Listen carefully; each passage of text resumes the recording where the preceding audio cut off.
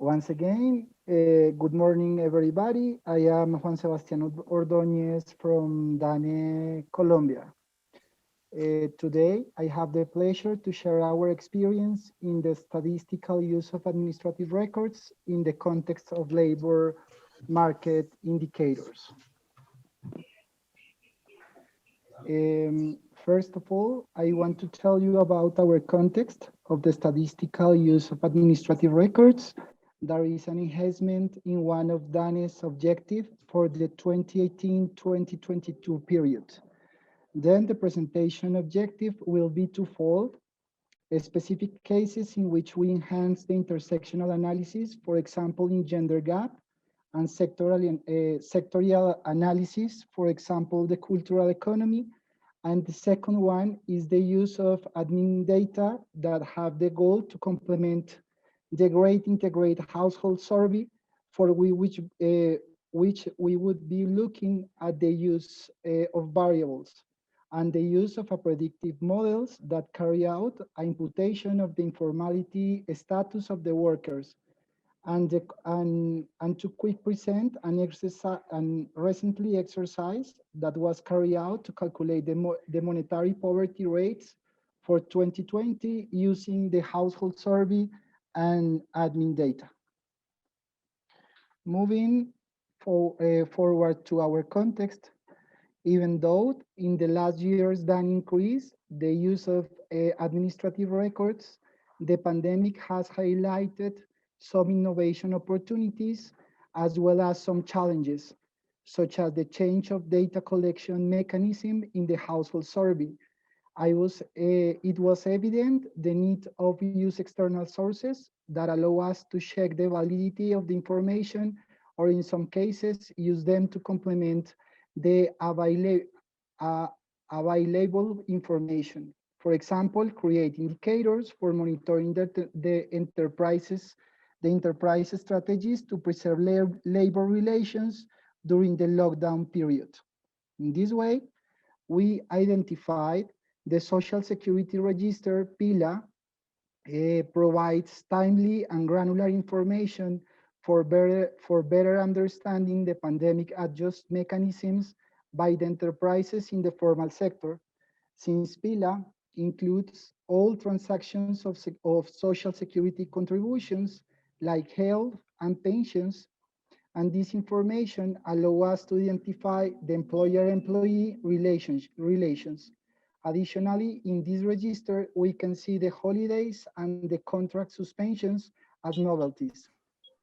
Nevertheless, some issues with the data were addressed. First one is in IT dimension. As you know, the admin data is big data. To reduce this processing time, recently we construct a local data lake. The second one is the lags in the update of information. In this sense, we realize about lags in uploading in the transaction register. To overcome this issue, we calculate some indicators and ratios that remain almost invariant after the information was updated. Next issue is about the linkage of the data sets. And our context is that the personal identification number is not mandatory for respondents in the household survey. Thus, it is troublesome to match household survey known as HIH and PILA. To increase this matching rate, we explore record linkage method where no perfect integration key exists, by using variables such as names, surnames, and birth dates with a reference table, like the population register. In addition, in Colombia, we don't have a unique ID number. For example, before 18, we have an ID card, and it changed with the majority of age, turning into the cédula de ciudadanía. Finally, the harmonization and the definition of the statistical units is challenging. In this aspect, we harmonized the information using the universe of employees of the household survey and identify that the pillar register excludes special regiments of social security, such as district school teachers and informal employees without social security payments. As I mentioned before, the statistical use of the admin data provides timely and granular information. First, we present new indicators to characterize dynamics after the lockdown and additional indicators that describe the population in the register.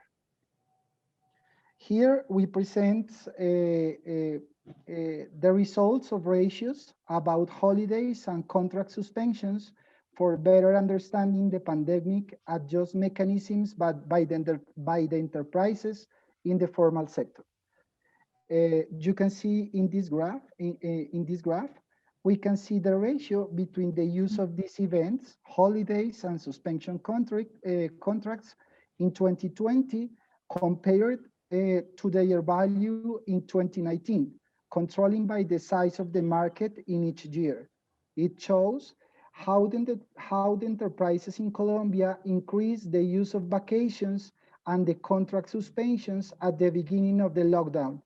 The results suggest that during March, the intensity use of vacation reached its maximum, while the highest value of the suspension of the contract was reached on April of 2020. Additionally, to have new perspective on phenomena such as gender gaps in labor market and sectorial deep dives, like creative industries, thanks to the granularity of the administrative records, we can do some exercises. For example, in these maps, we can see, for example, the use of admin data allow us to have geographical disaggregations for different categories in cultural economy, complementing the information of the household service. For example, in these maps, we can see how the workers in the functional creation category are concentrated in the central region, in the Colombian central region, while arts and cultural heritage is atomized in the Amazonian region and areas with ethnic prevalence. Also, in the regular publication, we use this statistical register also allow us to have disaggregation by economic sector, age, sex in the formal sector, showing that, for example, in this table, you can see in the information and communication sector, there is a low participation of the oldest people. Okay, the second part is moving on. The second part, we show a machine learning exercise and codec imputation using admin data and the household survey. As I mentioned before, the pandemic led DANE to change the data collection mechanism, going from face-to-face collection method to a computer-assisted telephone interviewing survey, which imply a reduction in the household survey questionnaire. One of the consequences of that change was the unfeasibility for calculating the informal rate, which in Colombia is higher than 40%. In this exercise, our goal was to estimate the informality worker status at micro level using a predictive model that includes the match between the admin data and the household survey as a variable. In a descriptive sense, we found that the match variable between the social security record and the survey provide us a high probability of formal status and the no match informal status. For this, We use a machine learning classification model, random forest, was constructed to predict the status of the person. We also take into account additional variables such as sex, age, economic activity.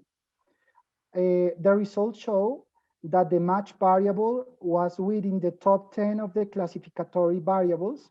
Also, we found asymmetric confusion matrix, and the precision recall and F1 scores are greater than zero point 0.8. This allows us to preserve and reconstruct for March and April, month in which questions such as size of the enterprise were not included in the questionnaire.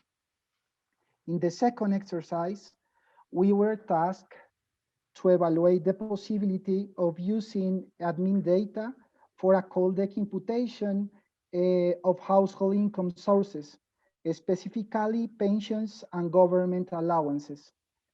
The reason to do this was because during the period between March and July, these questions are not included in the questionnaires. Although an auxiliary income recovery module for data of the period between March and July was carried out on December, we found under coverage and precision biases in the responses observed in this recall operation, possibly explained by memory biases. For this, we use the pension, that is a module of the Social Security admin data, and use government allowances programs registers and the household service as our sources to improve the income sources that were used to calculate the poverty and inequality rates for 2020.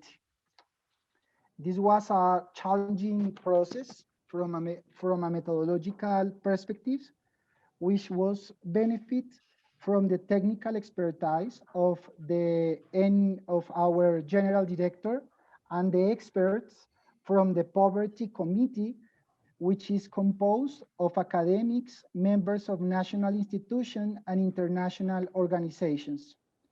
The committee examined these exercises, and 2 weeks ago, they approved the publication of the results as official monetary poverty and inequality rates. Acknowledging the limited time today, I will happy to share this experience in a more detailed way in a forthcoming occasion.